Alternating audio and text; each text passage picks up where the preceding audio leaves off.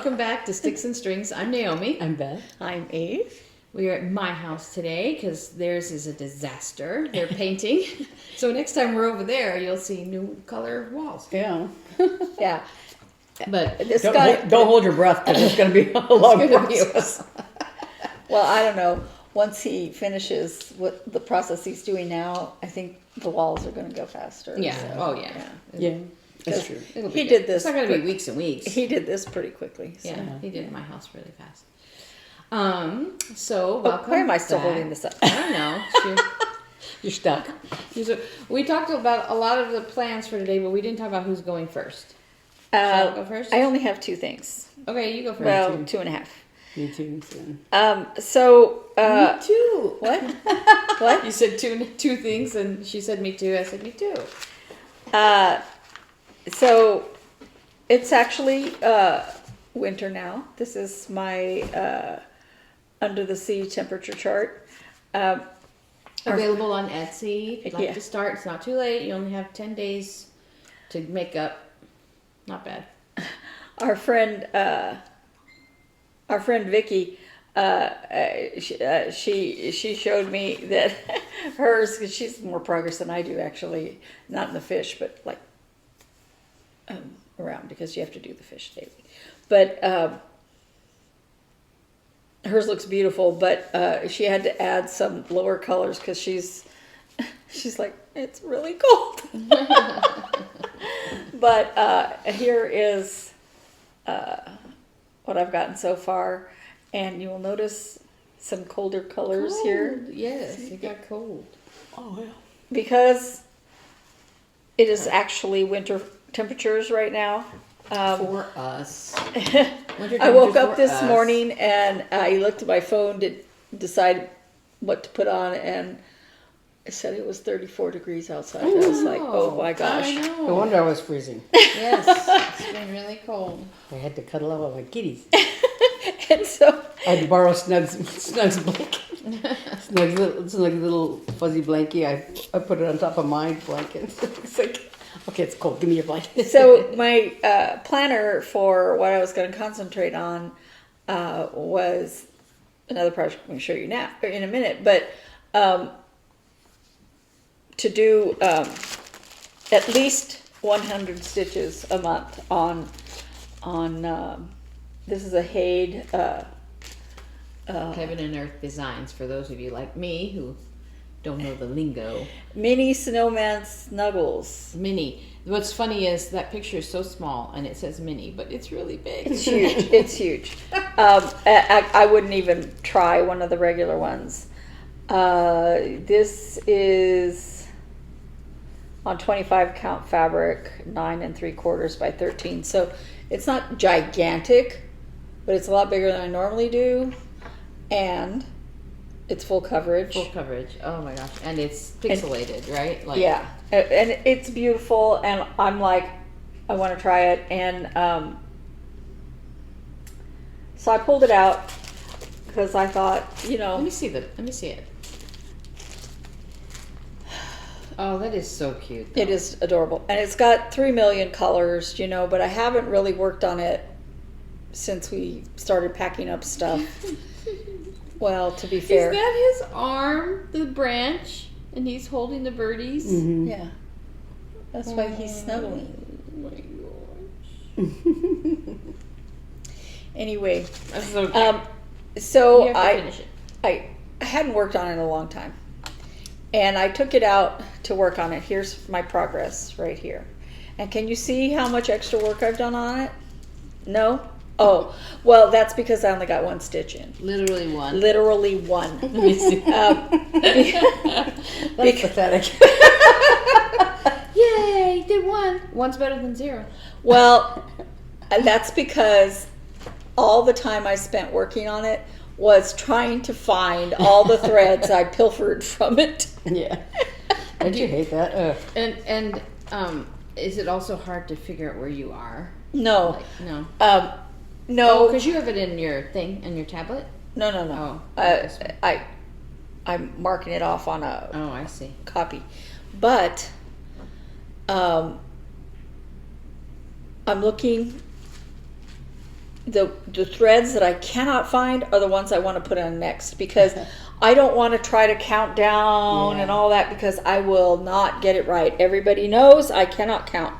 So the threads that I wanted to use next, Yeah. one of them I'm just gonna have to go buy it again. Because I looked for it for days, and it's nowhere to be found. My thread stash says that I am not using it in any other project. Lies. Well, except for one I haven't started yet, but you know, So you started up here in this corner. yeah. So It's really pretty. you know, whether I get it done or not before I die is one thing, but I'll finish. I it will for be you. happy. I will be happy to. I will be That's a happy bad thing to to be say. working on it. So that's okay. So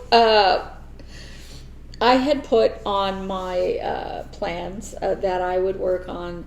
I chose 2 projects each month that I will concentrate on, and it's very hard to make myself go, nope, you're not going to do your work on anything else. That's what you're going to work on. But I wanted to concentrate on these things. So the first one I was doing for this month is cute boots, That is so cute. which is why the new starts are I'm going to work on it one day. Yeah. Right? So I've been doing this, and I'm kind of sort of trapped in the house right now with the painter guy, sometimes literally trapped. As in, we couldn't even go to the bathroom in our bathroom. Okay, trapped. So I've been working a lot on this, and this is where I am so far. Now, if you remember when I showed it to you before, I had barely started on the boots. And you probably can't see because it's close to the color of the fabric, but I put a couple of splashes of water. I would have put a lot more, but I couldn't find the thread. So I found the thread this morning after much angst, and I'm going to be working on this right now. And that is me. That's you? I'll go next. Before I get deep into this.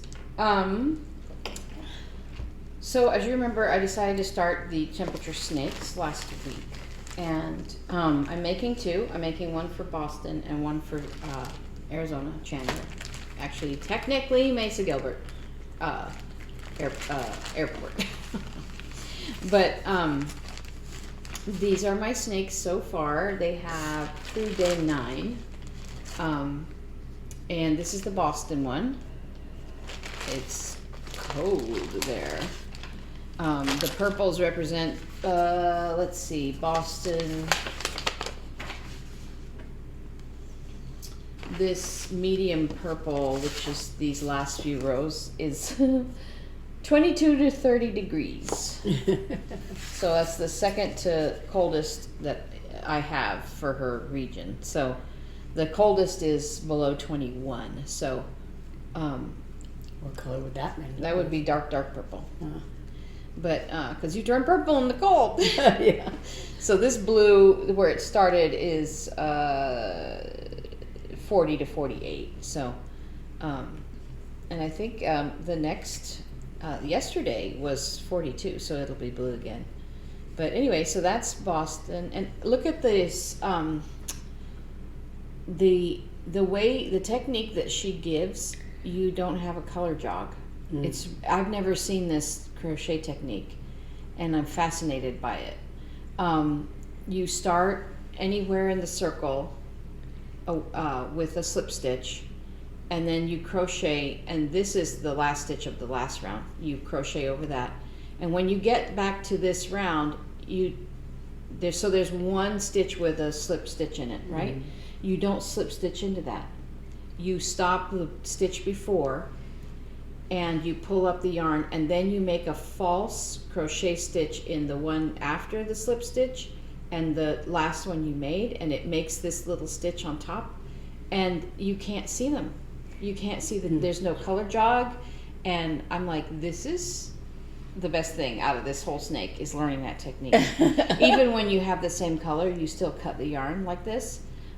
See, you'll see I made this stitch, let's see, right here, see? This is the false, this is the false crochet stitch right here. And you make it, and then it looks like, because that coupled with the slip stitch, it looks like a crochet stitch. And then you just start in a different place on the circle, and then just cover over that tail, and you don't have to weave in tails. I love this woman. Her name is June Gilbank, and she's English, and her website is Planet June, and she does all kinds of arigurumi. Is that what this is called? And then this is Arizona's. Got a little pink in there. But we actually got a little cold, so that's this last ring is our second to coldest ring, which is 51 to 58, and then the dark blue would be below 50. So her blue is our coldest here, and then this pink is her hottest. So anyway, it'll be interesting to watch. So that's that. And then I did not work on my cross stitch this week because I got a wild hair squirrel, and I found this pattern. Now I saw a Instagram post by this woman. I don't know how it, my algorithm, whatever. Her name is Laura Nelkin, and it was something called cowltopus, like a cowl and an octopus, and it's a hood. And I'll find that image. It was a knit along that she did, I guess in the fall, winterish last year, late last year. And the picture I found was a hood with, she said, I found a new way to wear the cowltopus, and she had taken it, so the cowl is like a ribbed thing around your neck, but it's attached to a hood, and she turned that ribbing and flipped it up so it was over her face, and that looked, so she's like, so you can keep your face warm. And I was like, Hannah, so because I've been really worried, because she has to walk to work and it's so cold and bitter, and so then, but the bottom of that, the cowl of that, I mean, the neck part of that is brioche knitting, which is beautiful. But I was a little bit like, I don't want to do that, and how much yarn, blah, blah.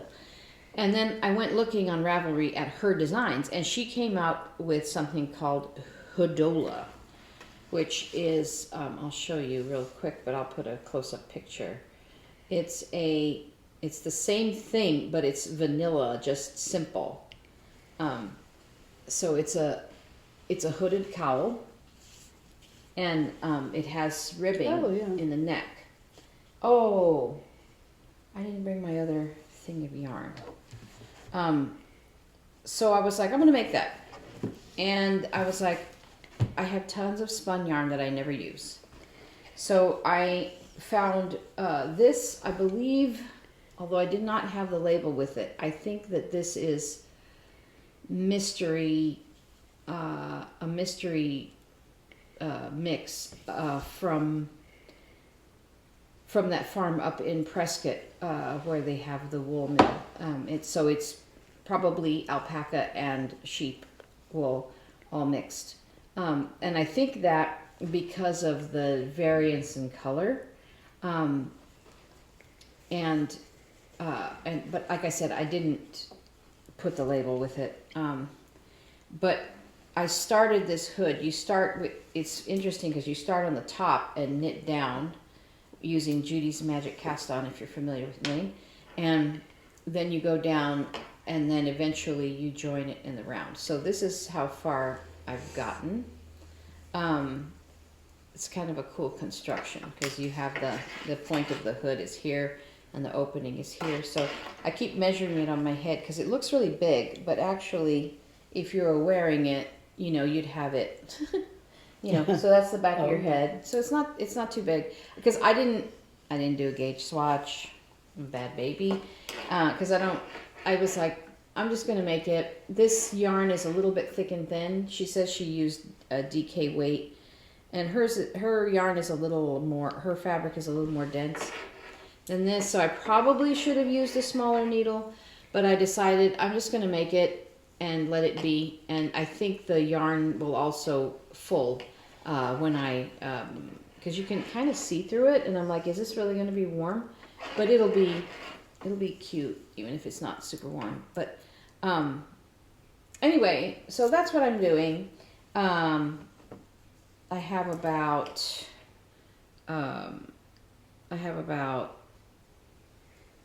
let's see, I'm supposed to make 26 repeats of 2, so what's that, 50?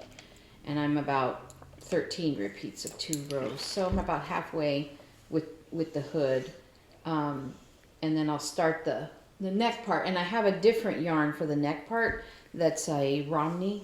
It's a dark gray, so it'll be a little bit different on the neck. I just figured, because I think I need more yarn than just this ball, and I figured I'll just change yarns there for looks. So that's what I've been doing. That's me. I got obsessed. I stayed up almost all night doing this because I had to do the cast on twice, and mostly because I was going gangbusters, and these are interchangeable needles, and they twist on, and I had changed the needle size, but I didn't you put a little key in there and you twist it really hard.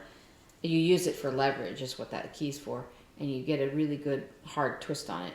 And I didn't do that. I was lazy. And so then I'm knitting this tiny little, like, you do this double cast on thing here, and then you have to knit around and pull your needles out one side, and you know, anyway, it's kind of like a magic loop. Anyway, there I go. I had just pulled the needle out and was going back the other way, and I look and I'm knitting along, but the cable is back here, and there's a whole gap of loops off the needle. Now, I tried to loop that, and I was almost successful because of the nature of this wool. The loops just stood there. They didn't slip out, you know, so I was like, okay.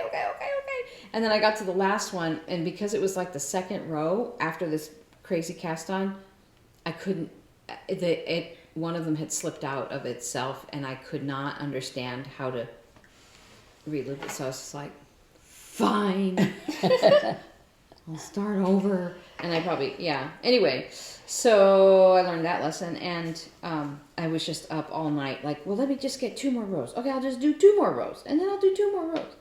And yesterday at work, I could not concentrate at work because I just wanted to come home and knit this thing. So that's what I've been doing. That's me. Okay. I just realized I made a boo-boo here. So I had to start. I didn't explain our our centerpiece, which comes, I guess, in my half. After I made their boxes, I was like, I want a box. So I went one day. I was like, Eli, let's go to Lowe's. Let's just see if they have them in stock. It was well after Christmas, and there was a ton of them.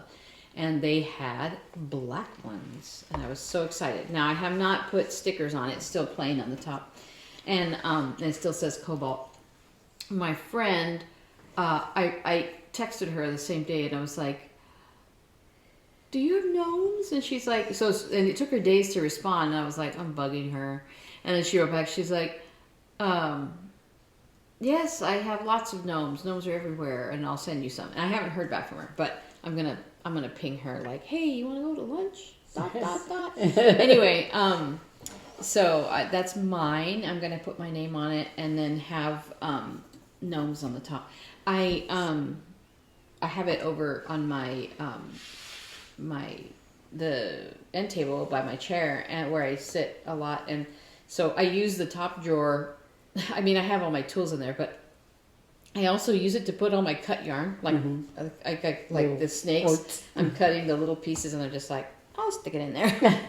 But it's nice. It's kept my knitting area neat because I'm like my pen and my hook and my this and my needle and my scissors and it's all contained. My lotion, my gum, like everything is. I'm like so happy. But I do need to cut a rectangle of that non-skid stuff. To underneath it. Underneath it because it slides, and I'm like, if this thing falls off this thing and crashes to this tile floor, either we'll break the tile or dent my box or both, and I will be sad. And I'll probably break the tile.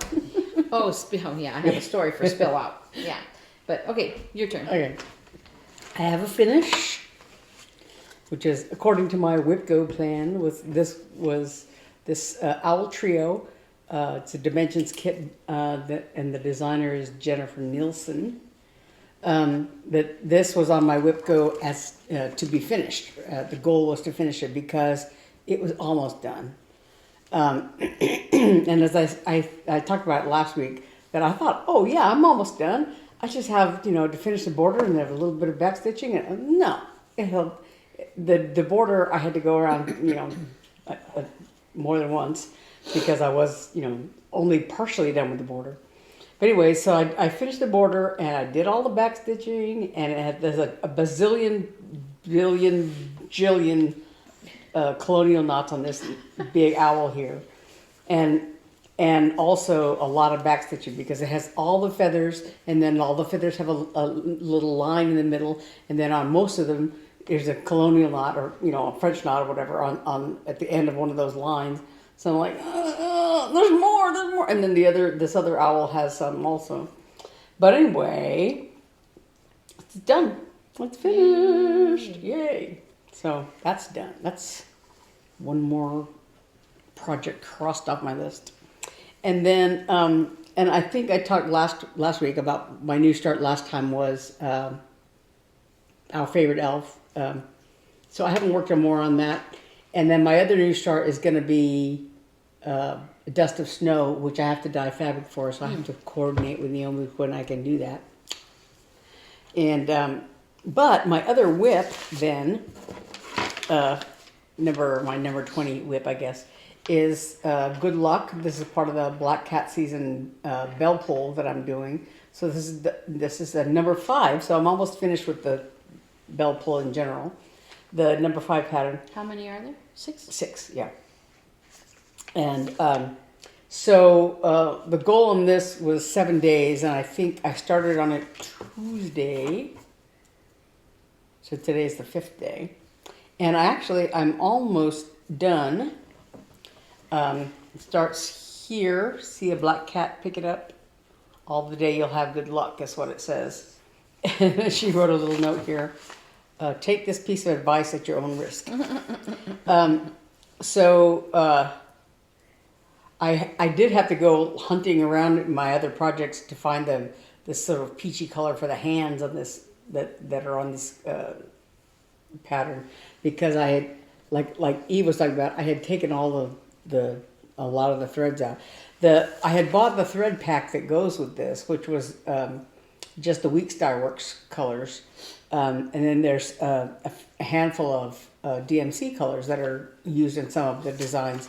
But not all of them. And I guess at some point I took all the DMC threads out. There's a B5200 is one of them, and then there's a sort of a pink color that's used for the noses and things of a cat, and the white is used for whiskers and things like that. And then there's another that other color that's used for the hands. So I had to where are they? I don't know. And as it is. The pink and and white are elsewhere. I don't know where, because I looked at my thread stash, and that pink color, it's not listed in anything. The only thing that it's listed in that is this pattern, and the number 6 pattern, which I haven't started yet, and then a couple other projects that I haven't not kitted up or anything. So I thought that pink has got it. I don't know. I used it for something. It's So I got to find that, and then I've got a bazillion bobbins of the B1500, but I don't know where they are. So they're all, I have to find them. But otherwise, the one thing I did was I had put this background behind the letters where it says "Pick It Up." I had almost finished that. I was about to get into the thread, and I happened to look again at the pattern, and I guess because I had glanced at the back where the symbols are and everything, and I thought, oh yeah, okay. And I had it in my head that I knew that it was green, this green color that's at the bottom of this pattern here, because the green is used in the background where it says "Good luck." It's it's a block of green behind the black letters, and so in my head that was what it was going on with the "Pick It Up." And then I happened to look at the front, and it's like, no, it's yellow, and so it's curry. It's a Week Star Works color. So I thought, well, I could just leave it because it's almost done. I could just leave it. And then You made it green accidentally? Yeah. Oh. So I took it all out and made it the proper color. So considering that you have a whole bunch of them, it would look weird if it was not similar to the others. Yeah. Well, each one is different, and each one, is its own thing. But it's like, I want it to be correct. I want just because. And then there's a few lines in there of this orangey autumn leaves color. But I have to remember to put that in there because I thought, well, I could just put that in, but I didn't want to interrupt myself because I'm on a roll kind of. So, but yeah, so like this is one of the paws. There's a paw here and a paw here, and so the pinky toes on the paw, are that missing pink color that I have, and then there's a pink for the nose here and a pink for the nose on this cat, and then some whiskers and stuff. But it's almost done. So actually, I may be able to finish it probably tomorrow because tonight I'm going to the symphony, and so it just depends on I could do I could probably finish the stitching, the regular stitching, and then but I have to find those other two colors, so can't quite finish it. But yeah, so I think that's me. All right. So, I have to add one thing to my segment. I've been working on Hannah's brown sweater. Mm-hmm. It got to a point, the pattern said to knit on it until it was 12 and a half inches or 12 and a quarter, something like that, from the underarm. Mm-hmm. And so I was going along, and I got to it's about 10 and a half right now. And I'm like, it feels long enough for what I know she likes. And with a little sweater like that, I don't think she would want it down to her bum, Mm-hmm. She likes to wear things right at her waist. And so I put it on 2 needles and I put it on the Hannikin. The girls at work think it's hysterical that I call it the Hannikin.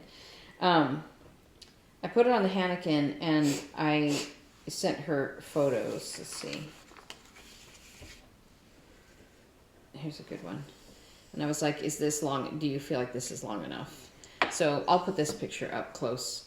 And so there's the side. Mm-hmm. See how it's right? It's just below the waist. Mm-hmm. Because the ribbing is 2.5 inches already. So if I did 12.5 inches and then 2.5 inches of ribbing, that's very long. And I think she would not like it. So I sent her pictures. So I think I'm done with the length of this sweater. Yeah. I probably add 5 more rows just to be safe. And then I'm going to do the ribbing, and then I got to figure out how to do the sleeves because I have to find in the gradient on the sleeves here. I have to find a yarn that matches it, or just say do the darkest to make. And I thought that what you did was you picked it up and did the cuff.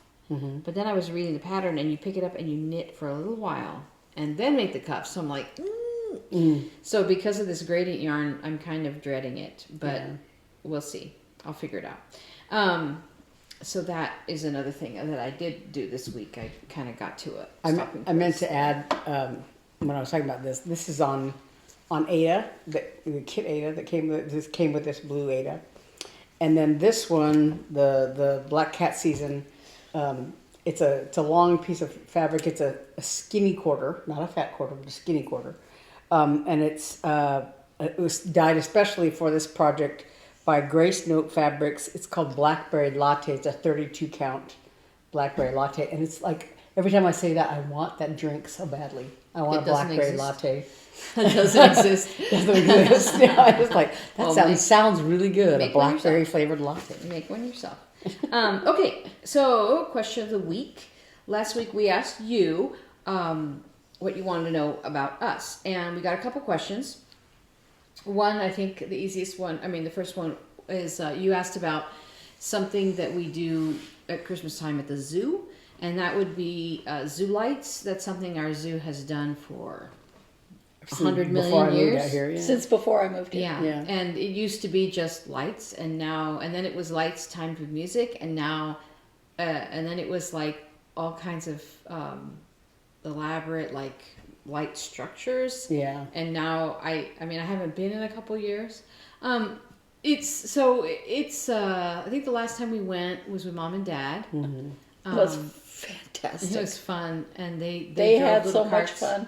And so that was probably 19. It was after they moved here, wasn't Right, it? so Yeah. 18 or 19. Yeah. And we just haven't been back. It's a lot of walking. It's cold. It's expensive. So, but it is fun. Yeah, I have a picture in my memories things of those big flamingos. Yeah, the They were- flamingos They had were out. huge They light- were right by us. And they were coming right up. I've never seen flamingos that just come right up to you. Mm-hmm. But these gigantic flamingos were just coming right up going, what are you doing here? It's nighttime. It's dark. What are you doing? So that was a lot of fun. We just haven't been because it's just one of those things. We used to go actually when the kids were little. I think I remember taking them on like New Year's Eve. But Yeah, I think because I New think Year's because time I or went after with Christmas. you when I was out here for New Year's. We would you go. know, at the We would time, go like yeah. after Christmas because it was not so crowded. They usually do it through like the first week of January or something. So that's called Zoo Lights And at the Phoenix Zoo. it is It's worth it. really expensive, but it's worth it. And when you're going as a family, it's that times whatever. But Yeah. I know Rob and Peyton went last year, Yeah. so Well, and also for those of you who are Phoenix residents, I don't know how many of you are, but we would get a coupon in our SRP bill. yeah, I think. yeah, we got a They coupon give you a this little year. coupon or something. So that's how we always went. I've always wanted to go, and I've never been, to the Desert Botanical Gardens, the Noche de Luminarias or whatever. Yeah. And apparently they have real luminarias. And this year they had like these light projection things or these like light sculptures, and they cast stuff on the ground. I saw pictures of my Yeah, the friends. botanical gardens are beautiful. Yeah, that's really neat. That one is like soup. That's way more expensive than the zoo too. But anyway, so that's what that is. And that's saying something. You also asked what is each of our favorite thing to do that is not crafting related, and I was like, gosh, I don't even know, but I do know. It's writing for me. So Technically, that is a craft. well, okay, it's a craft. Because for me, But it's you don't painting, create but anything technically physical. that's a craft. Okay, well, So- okay. If writing doesn't count, then gosh, what else do I do around here? Well, I think writing would count because it's like I said, it's not it is crafting really- like you're it's creating not crafting with a physical thing. yeah, with sticks and strings, but that and I don't know. I really like all the movies. That's like my other favorite thing. Absolute I favorite love going thing. to the movies. Love going to the movies. Okay, I love and you? watching movies and TV. Me? I love movies. Yeah. I like bicycling a lot. I used to do a lot more of it. Not as much, not like some people who go every day or whatever. But I've always enjoyed it. I've done, in the past, some like charity ride things, that are long distance. Like the biggest one I did was the MS 150 in when I was living in Little Rock. That's a multiple sclerosis fundraiser ride, but it's over 2 days and you do 150 miles basically. And I did about, I would say probably close to 100 miles. I didn't do the whole 150 because my hands were going numb, and I was thinking, I have rehearsal next week, And so, but I did so I got a ride with the sag wagon for the latter half of it, but then I got out of the sag wagon for the last few miles because I didn't want to go in on the car. I wanted to go in on my bike, but so it biking? Huh? Yeah, so biking is... Bicycling of course I've always done music, but I don't know if you would consider that something like a hobby kind of thing, because it is kind of in a way, but well, what do you do now? When you're not stitching, what do you when want I'm to not do? stitching, She's Thinking about stitching stitching. most of the time. You're buying stitching. huh? I know what you're... that's craft related. I was saying, your other hobby is buying stitching. Yeah. Buying patterns. I No. love teaching art Yeah. But to anybody. But I still do go riding some, not as much as because I was just thinking I need to borrow Eli's air pump and pump up on my tires on my bike. But I would say probably movies, not necessarily going to the movies. I mean, I like to do that, but just even watching them, just all kinds of a wide range of subjects and stuff. And I used to do a lot more reading. I guess because now I feel like, well, if I'm reading, I could be cross stitching. It's called books on tape. I know. I for some reason I haven't gotten into that as much. But I have two bookcases full of books, and most of which I've read actually. Yeah. So I have a handful of them that I have not read, but that I have, and I eventually I planned to read them or whatever.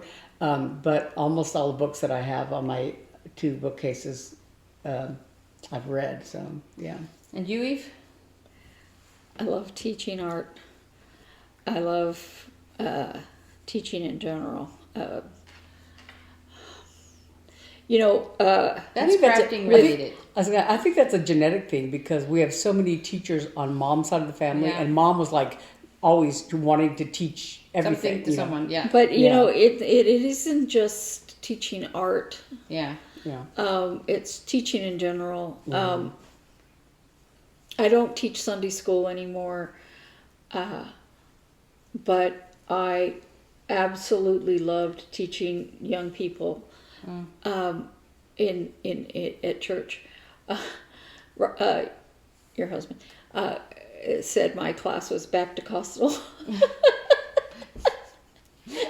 Because I like finding any way possible to get across an idea. Like one time we were talking about when Moses with the burning bush, right? And I made them take their shoes off before they came in class because it was holy ground. To make them understand that what the concept is that they're thinking about. Yeah. And I also had them try to, how David would write his psalms and make music and play music. We would try to learn how to make our own tunes to things. Because there's nothing like that expression on even an adult's face when they go,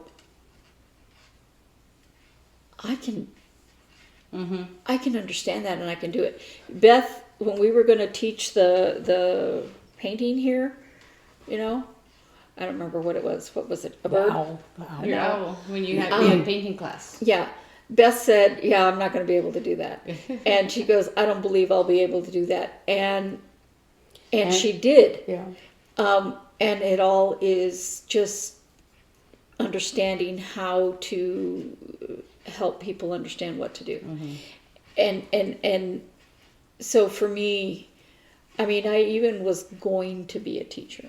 There's a lot of reasons why I didn't, but yeah. You know what? Along that same note, when one of the things I used to do, I did like for a couple of years, I guess, was I taught at a what do they call it? Preschool and nursery or something like that. Nursery and preschool, whatever. But it was like 3 to 5 year olds at it was a church-based preschool kind of place. And at first, I really, really, really didn't want to do it. I used to do like a whole bunch of part-time things. I used to do like Mother's Day out at my church, and I used to babysit a school-age kid, and I used to babysit a set of triplets. And so it was like I was always like, what day is today? Which way am I going? You know, and then the triplets like started preschool, and so you know the lady didn't need me to work. I used to work like Monday, Wednesday, Friday for them, and so when the kids were starting preschool, I was like, oh, I don't know what I'm going to do, and she's and so I got a lead through her, I guess, or whatever, a friend of mine, about this preschool. And they needed a music teacher, and I'm like, I don't know how to do that. Because I'm a musician, but I'm not a preschool teacher. I don't know anything about that. And so, but I ended up, they're like, oh, we really want you. You're really good. And I'm like, okay. And so, what I ended up doing actually was, because I was really just kind of, they had a lot of resources, a lot of things I could use there. But one of the things I started doing, because these kids, they're too little, they really can't read yet. And so I used to just there was a chalkboard in there, and so I used to take and draw like little, just, like a pictograph kind of thing to help them remember the words, right? And so one of the songs we learned was Over the River and Through the Woods, right? So I was just drawing, like here's a horse, here's a, river, like a squiggly line, here's the river, whatever, and, to help them remember the words. And so we would sing that like every day, so they were learning the song. And my music minister at the time at church, he said that his daughter, who was in that class, had come up to him with a piece of chalk and said, Daddy, will you draw over the river and through the woods? It was like, I didn't know what she was talking about. But I also, I found at church, I also taught children's choir at my church. And one of the things we talked about in our class, because I'm a musician, we talked about the symbols for rests and what's a quarter note, what's a half note, whatever. We just talked in basic terms so that when they looked at the music they were doing, because these were like first, second, and third graders, I think. So when they looked at the music, they could kind of understand what they were looking at. So we learned the names of the notes on the staff and things like that. So one of the little boys that was in my class, later on when he was a little bit older, he was taking some lessons. He was a percussionist. He was doing drums at his school. And so our music minister at that time at church was also a percussionist. He was our choir director and all that, but he was a percussionist. And so he was teaching this little boy private lessons, and he was going to teach him something. And the little boy goes, oh yeah, I know that. And he goes, how do you know that?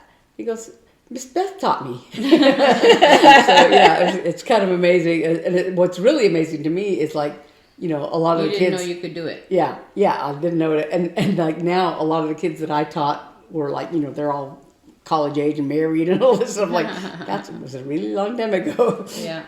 But I was just thinking, the other thing that I really actually enjoy is my job. I do group sales at the symphony, but the other half of my job, and actually I just got a new title of patron experience manager, and one of the things that I really take pride in is that personal touch and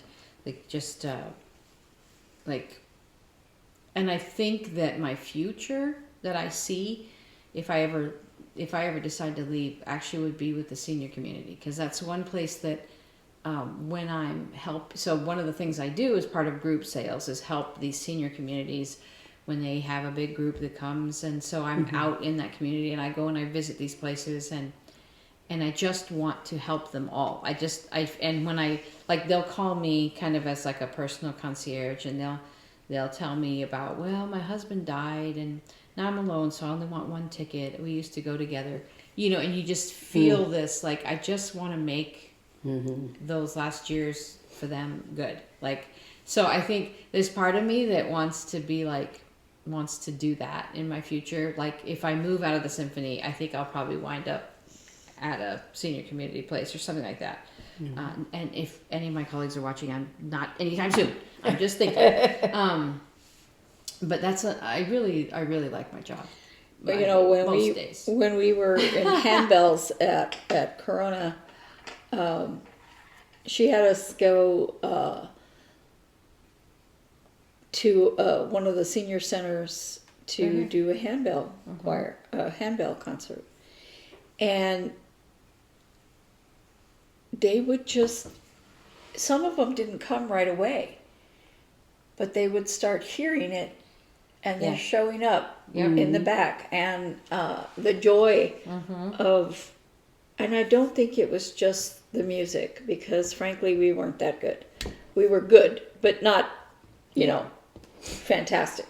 But somebody adding some kind of enrichment to their lives of, that's why they have good ones, have, clubs to do this and lessons to do that, it could, You have something to do, enrichment. When Robert wants us to move to a part of town where it will be very difficult if Beth wants to go to the symphony, and I keep explaining to him that Beth needs to do that. Beth has to be able to do that. I can paint anywhere. I can watch a movie anywhere. Yeah. And Beth could listen to the symphony on the radio. Not a radio. We don't have those anymore. But I mean, radios? Well, I'm sure they still have radios. No, but I mean, there's nothing like live. Yeah, but that is not the same thing, especially when you spent your adult life being a symphony musician. Right. So a great portion of the joy of her life would be removed if she could not do that. Yeah. And that's why it's important for me to have somewhere where I can paint. These last few months without being able to paint has been very difficult for me. Yeah. And not that I painted every day. I'm not saying I did, because this uses up a lot of my desire for creativity. But to know it was there so that I could, Yeah. So, so I was going to say, another question that was asked was crafts we have tried and liked. Obviously, I think that's probably self-explanatory because we show you a lot of what we've tried. And also some that we tried that we liked, but then what about the ones that we tried and did not like? I was trying to think about I can answer that right away. It was like crocheting and knitting. not so much knitting. I don't think I ever tried to knit, but I did try to crochet once upon a time, and it was really hard for me because I got crampy hands, and it was just difficult for me. Yeah. And like even now when I try to think about it, it's like I don't even know how it how it works. how to do it. But one thing that I used to do that I used to like a lot was paint your own pottery kind of stuff. Yeah. Like here there is a place called Burst of Butterflies and things like that. Burst of Butterflies is gone. Oh, is it really? Yeah. Oh, Yeah. As you so wish. sad. it didn't make it through the COVID times. But when I was in Little Rock, there was a place called the Painted Pig, and I've worn that T-shirt. It says "What Peace, Love, and Pig" on it. But the Painted Pig, they had a shop just down the street from my church. And I used to, you could go in there and, buy whatever pottery, and they had like the little paints and stuff like that. And I loved it. And I used to go all the time, especially like at Christmas time. Everybody in my life has, painted ornaments and things like that I made there. But I remember,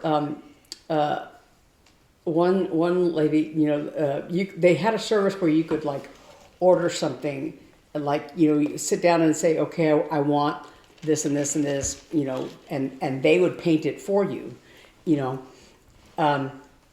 and I remember one lady saying something about like, oh, I'd love to do that, but I don't know how, or I can't do it, or I'm not artistic, or something like that, and I had found that that for things like that, and it's like, this is the same for music. I think we've talked about this before, that it's not that you have an extra lobe in your brain if you do those things, but it's a matter of practicing, because not everybody is going to be an artist and be able to make, paint the Sistine Chapel. But the fact that most people, like, I read an article I remember a long time ago that talked about how, when you're a little kid, and you say, oh, draw a picture of your house, or draw your family, or draw a giraffe or something, and you go, oh, okay, and you draw it, and it may look, maybe stick figures, it may be whatever, but most kids don't tell themselves, oh, I can't do that. At that age, they'll just draw whatever. But then at some point, when we get older, we get this idea that if you can't draw something that looks like a photograph, you can't draw, or you can't, that we put roadblocks up to ourselves. And in reality, you can do it. It's just a matter of practicing. Well, and I think letting yourself have it not look perfect. A huge thing is being comfortable with making mistakes. Mm-hmm. You have to make mistakes to learn things. Mm-hmm. When Hannah was 4 in her very first violin lesson, she got out of the car, she started crying. I'm like, why are you crying? And she said, what if I mess up? I said, honey, you're supposed to mess up. You don't know how to play the violin. Uh-huh. Like, you're going to mess up. Yeah. And that's part of learning. And so I think, like, when you say, like, people are like, oh, I could never knit. I can. Like, yeah, you could. Yeah. You just have to be willing to have it look like crap. My favorite one is about art. I can't even draw a straight line. I'm like, I can't either. That's why I use a ruler. That's why they made rulers. Yeah, really. I can't draw a circle. That's what compasses are for. That's what the bottom of your cup. A plate. And yeah. Personally, I think that as a society, we teach people not to be creative. Mm-hmm. When you stop giving a child a blank sheet of paper, and you have the thing already drawn for them, and they have to just color it in, you're taking away their ability to express themselves in drawing it themselves. And it's quicker to give them an already drawn thing and they fill it in. But if we did that, coloring books. I know, but you're older, okay? If you did that with any other thing like math, they would never learn math. Right. Well, our mother she didn't yell at me, but she was like, don't give Hannah coloring books. Just give her paper. And I'm like, you're right, Mom, you're right. Yeah. In terms of crafts I've tried but not liked, I was sitting here trying to think about it. And I think for me, I have tried so many things. I was just sitting here thinking, like, I've tried Sculpey clay. I've tried the little shrink-a-dink things. I've tried, what's it called? Monk cloth embroidery. I've tried needle punching. I've tried Tatting.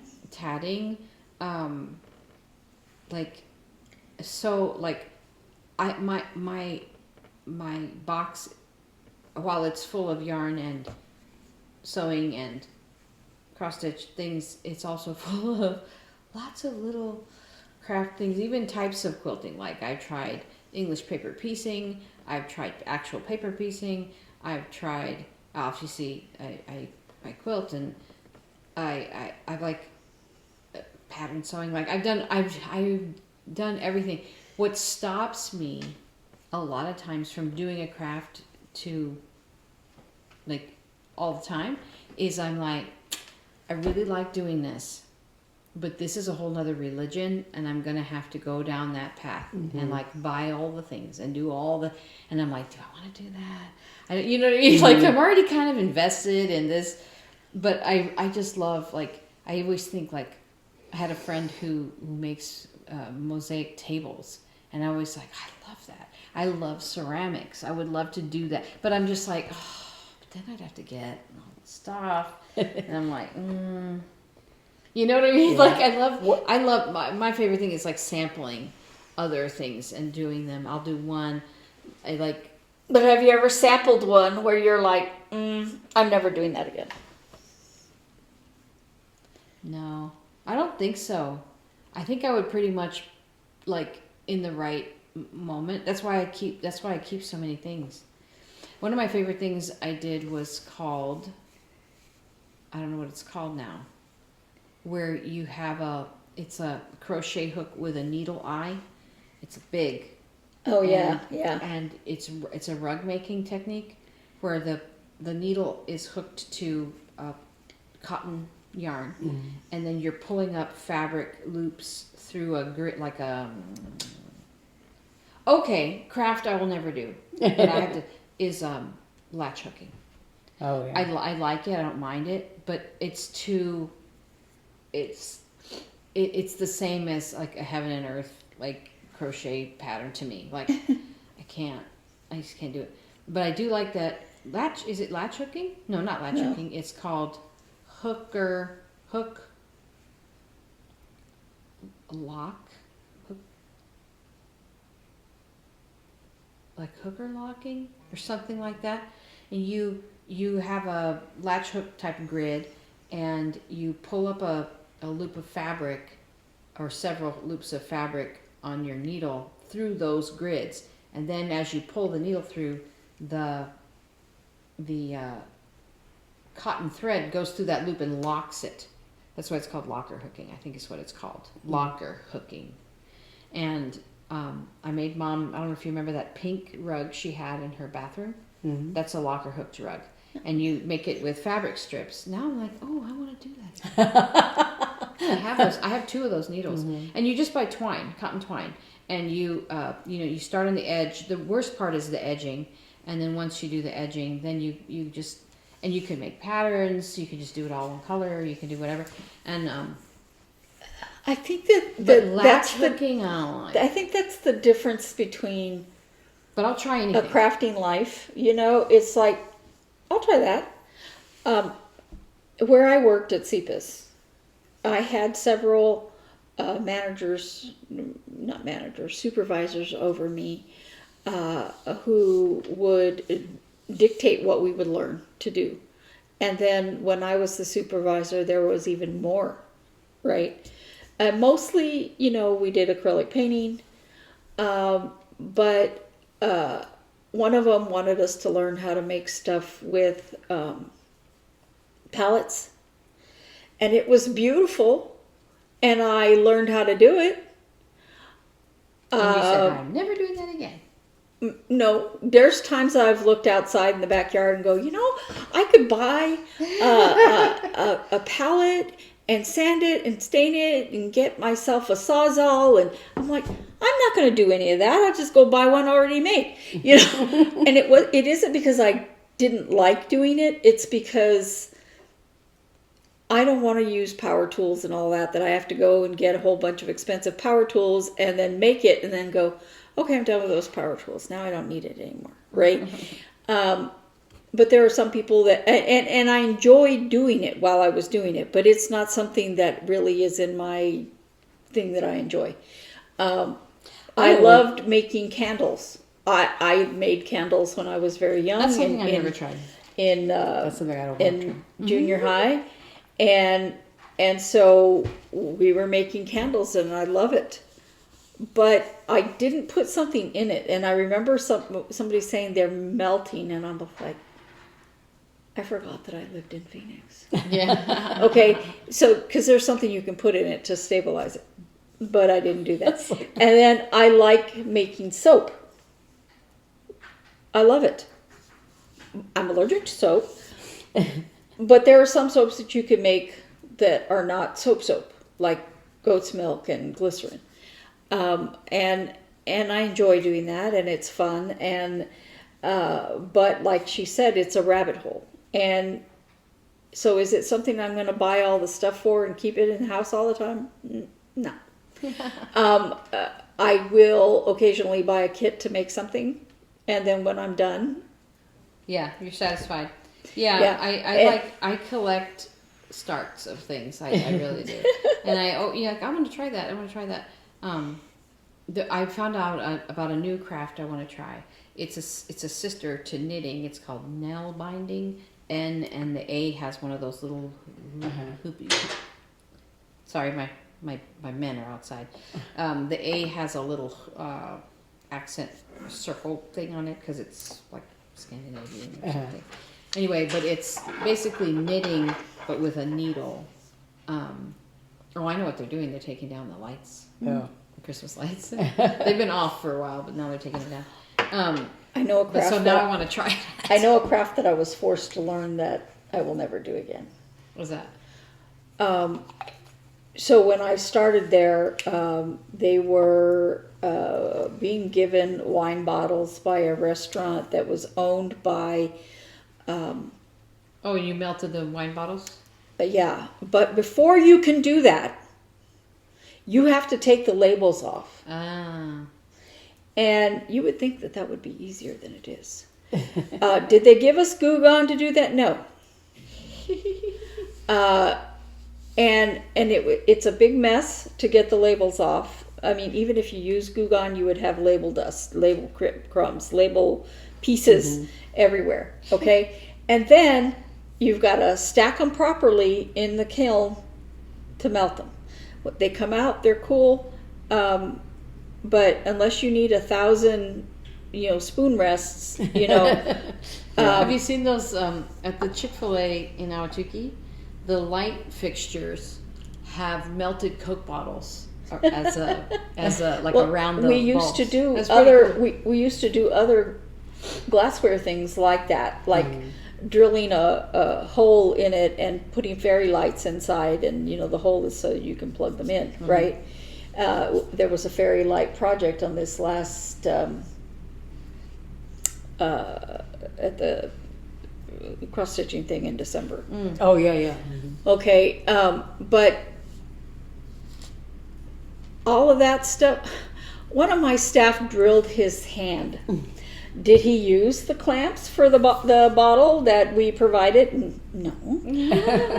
And then he said, "No, I don't. I think it's okay." And I'm like, "It is not okay. You need to go to the urgent care." And he's like, "But I don't have insurance." I'm like, "Yeah, but the company has insurance. You need to go."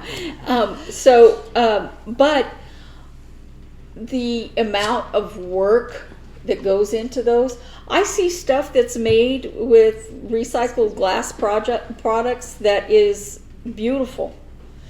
Yeah, I see tons of stuff on like Instagram, like, oh, that looks like fun, but Yeah, and I'm like, yeah, I'm never doing that again. And the wee bottles, remember when wee jars? Oh, yeah. Remember when I painted them with the glassware? Yeah. It's more work than I want to deal with. Yeah. So yeah. Glass is kind Well, I was gonna say when I was in junior high, we had back in those days when you had to take home ec or whatever. One of the, part of the year we did cooking, and the other part of the year we did sewing.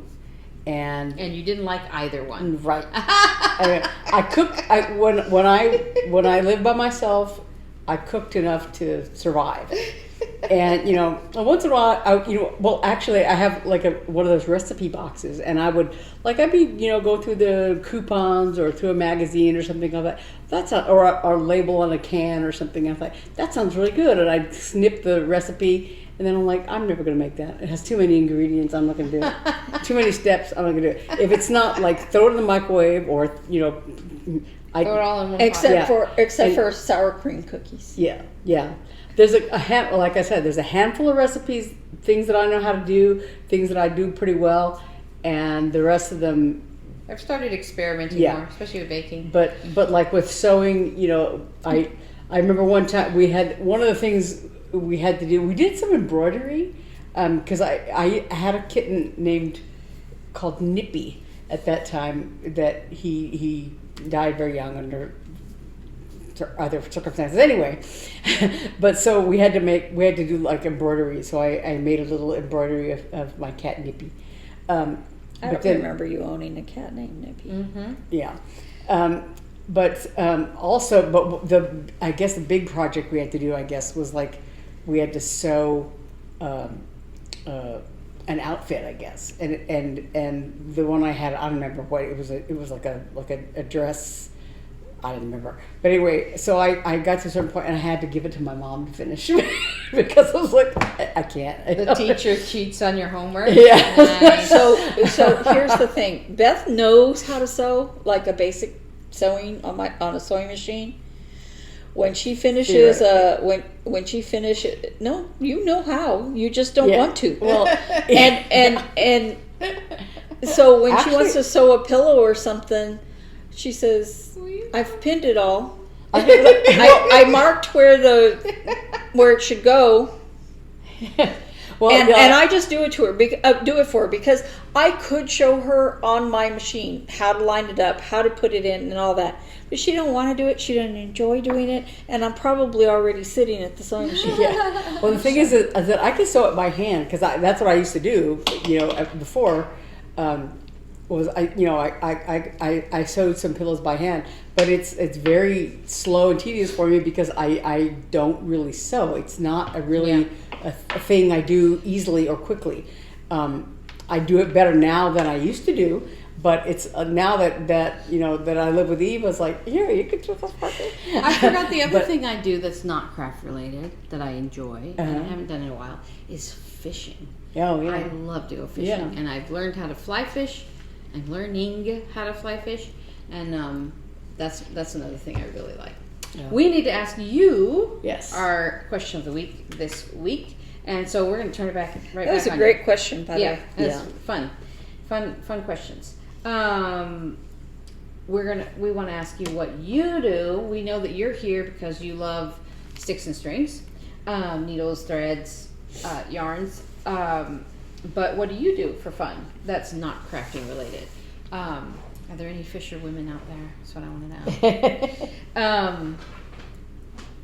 So as far as stories go, I have two stories. One, when I put Hannah's sweater on the Hanneken. You need it in your back? Yeah, I was trying to get it. What you don't see in the background of those pictures is that, so in my crafting box, I have shelves like this, and I have these lucite drawers, trays that come out. And I had pulled, because I was getting obsessed with this hood, I had pulled my knitting needles. I have one whole, it's like a shallow tray like this, about 12 by 12. And it's too full of random knitting needles of all sizes, and random stuff that is needle related. And I had put it on the table of my dream box, but I didn't put it on there in a adult way. I just put it there, and as I turned around, my not so small hips hit it, and it went crash, and I was like, haven't we all done that? I should bring it out and show you. I should have taken a picture of it. The amount of stuff that was in that drawer. was ridiculous. And I'm like, I'm not dealing with that. And I left it there for like 2 days. The other day I told Mark, I gotta go in Hannah's room and pick up all my needles. But, so that was not fun. Okay, so on Thursday, I had, as part of my job, a big event up at a retirement center. And the event was, our concert master was going to go up there and preview the Vivaldi seasons series that we're doing up there, very close to that same retirement center at a place called the Musical Instrument Museum. So we arranged this little thing for him to do, and I was kind of in charge of it. I don't know how I always wind up in charge of these things, but, well, it's sort of in the group sales purview. And I had, the day before, on Wednesday afternoon, I had a little stack of brochures, I had a stack of flyers, I had my business cards in a rubber band, and I was like, okay, I'm all set for tomorrow. So I did this on Wednesday. So Thursday, I'm like, okay, I have to leave. The thing started at 3:30. I wanted to leave at 2 so I could get there, because it's far, get there around 2:30. And so I could be there super early, make sure everything was good, set up, all that. So, and then I had another colleague from the development department who was also going, and she'd asked me what time are you leaving, and I said I'm leaving at 2. She's like, okay, good, I'll leave at the same time. So at about 1:45, I start getting ready, and I have this stupid puffy coat because as soon as it's like 30 something, I have to wear something warmer than normal. So I'm like this big bulky coat, like an idiot. And because I already then I was glad I had it that night though, because it was cold. But I'm there, and my backpack and my purse, and I'm fussling, and I keep getting distracted, and so then I get to the parking garage, and I'm going up in the elevator, and I realize I have no brochures, I have no flyers, I have no business cards. Well, at least you weren't at the museum when you remember. No, I wasn't at the retirement center, half an hour away. True, this is good. But I was like, I could put all my crap in the car and then go back to the office. But, it's a walk. So I'm like, by the time I go all the way, so in my office, you go in the door and you have to go all the way to the elevator, and then and then all the way back to your, to my desk, and like, I don't know, it was just like, because I was leaving a little bit later than I wanted to anyway. So I was like, well, I didn't see Allison coming out of the office with me at the time, so I call her, and I'm like, hey, are you still, I tried to call her, she didn't answer. Then she called me, and I was like, are you still at the office? And she's like, yes, I just need to go to the restroom, and then I'm leaving. I'm like, can you please go look at my desk? I said, I think there should be a stack of brochures and flyers, and she goes, yep, I got them, I'll bring them. I'm like, thank you so much. So then I go to my car. Now, rewind. That morning, there was a car parked backwards this way, and he was crooked, and he was kind of on the line. Now, stupid me, I decided to park next to him, even though it meant that I had to park over the line of the next space. But I thought, there's nothing going on. The whole garage is empty. No one's going to park here. Famous last words. So I get to my car, and I'm like, so I went into the driver's side, to the passenger side, put all my junk in there. And I'm like, okay. And I go back, and I'm like wearing nice clothes to go to this thing, and I'm scooching in, and I'm like, open the door, and I can open the door, but there's only this much room. I ain't gonna fit through that. So I was like, oh.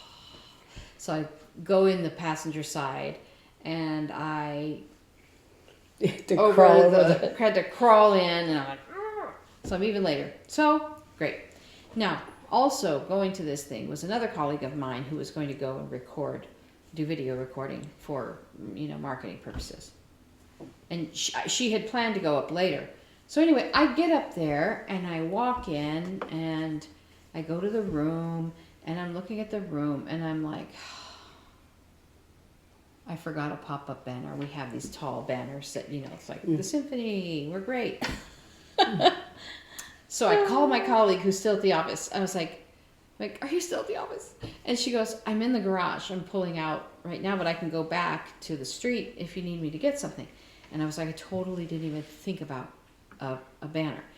And so I said, let me call our other colleague who's in the office and see if she can run one down to you. So she's like, okay. So she drives around the parking garage to the front of the office, and I call my other colleague, and I was like, hey, can you run a banner down to our colleague who's going to be there on the street? She's like, yes. So then I text, like, she's coming out with the banner.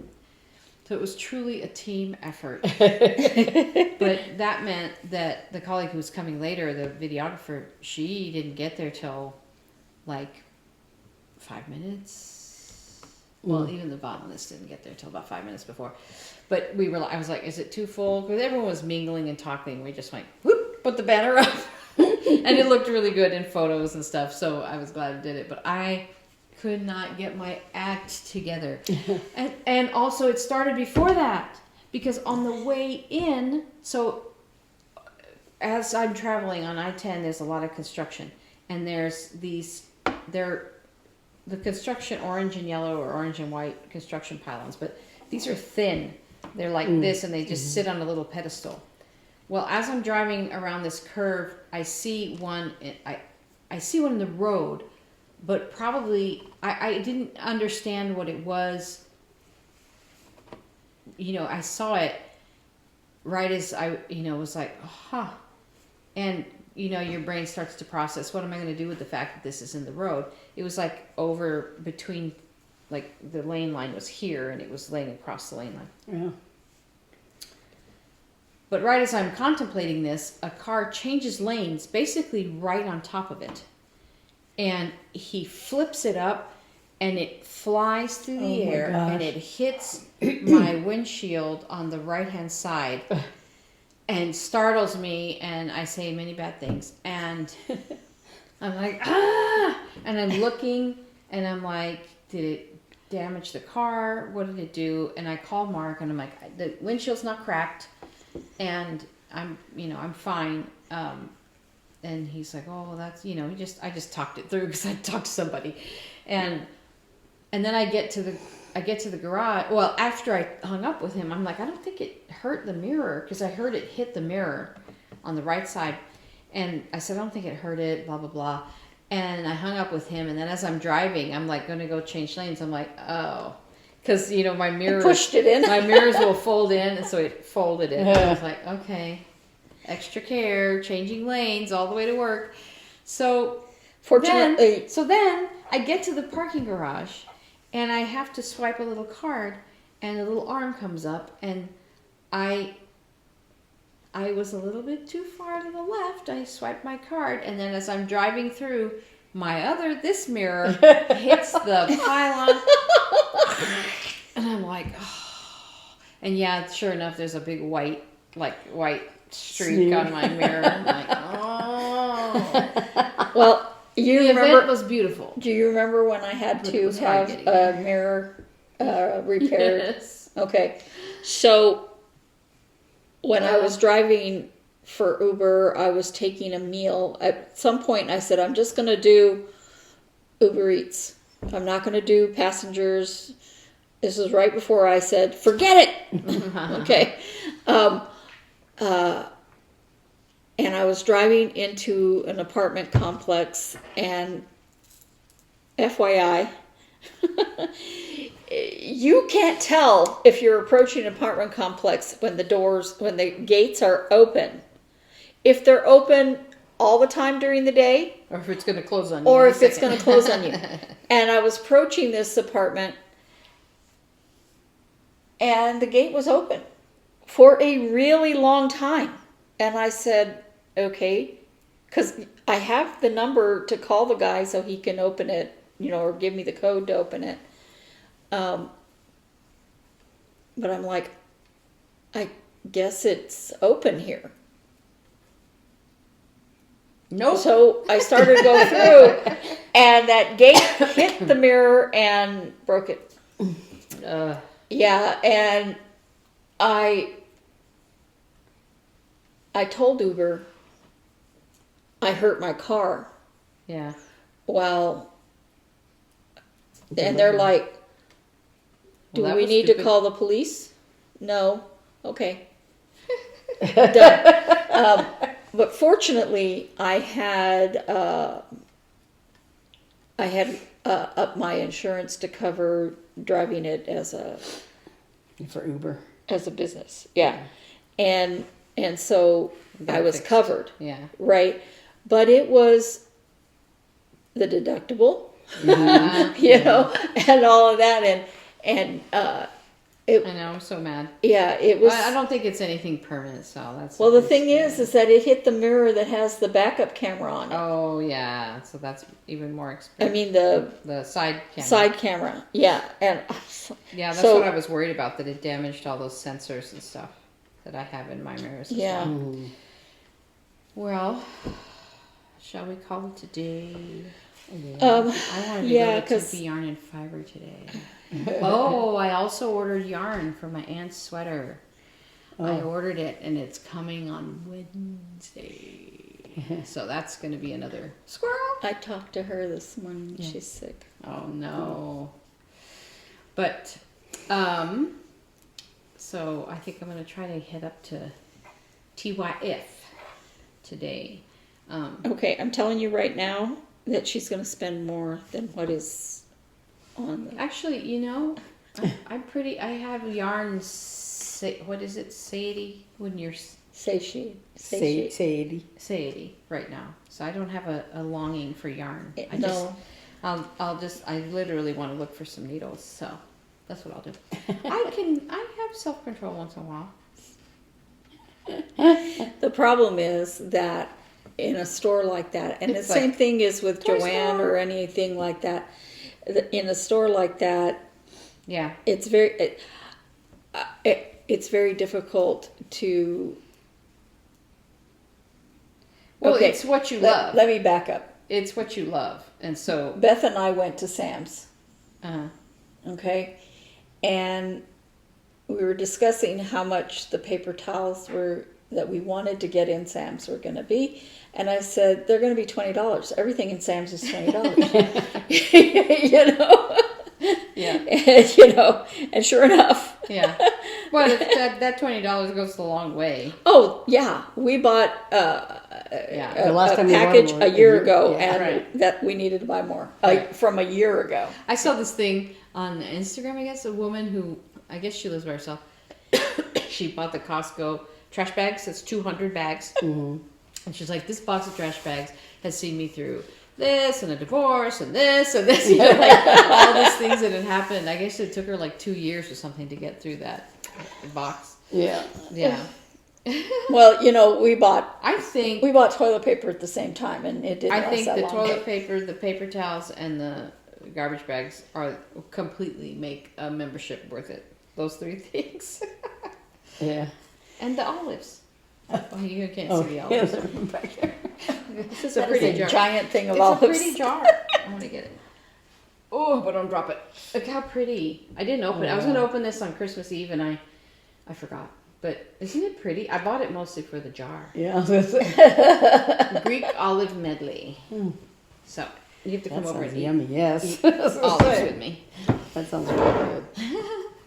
Well, thank you for joining us again. Happy 2025. We hope your January is going well. I'm sure you're keeping all your resolutions that none of you make, as we proved a couple weeks ago. Me either. And we hope that everything's going very, very well for you. If you're in the California area, we hope that you are safe. Yes. And so sorry to hear everything that's going on over We there. hope you, or if you have family there, Yeah. you know. Oh, it's devastating. I have friends, Yeah, me too. online friends that. It's rough. It's Yeah. really rough. Yeah. So our thoughts are with you all out there, and we hope you have a good week. We'll see you back here next week for more nonsense. Yes. Bye. Bye.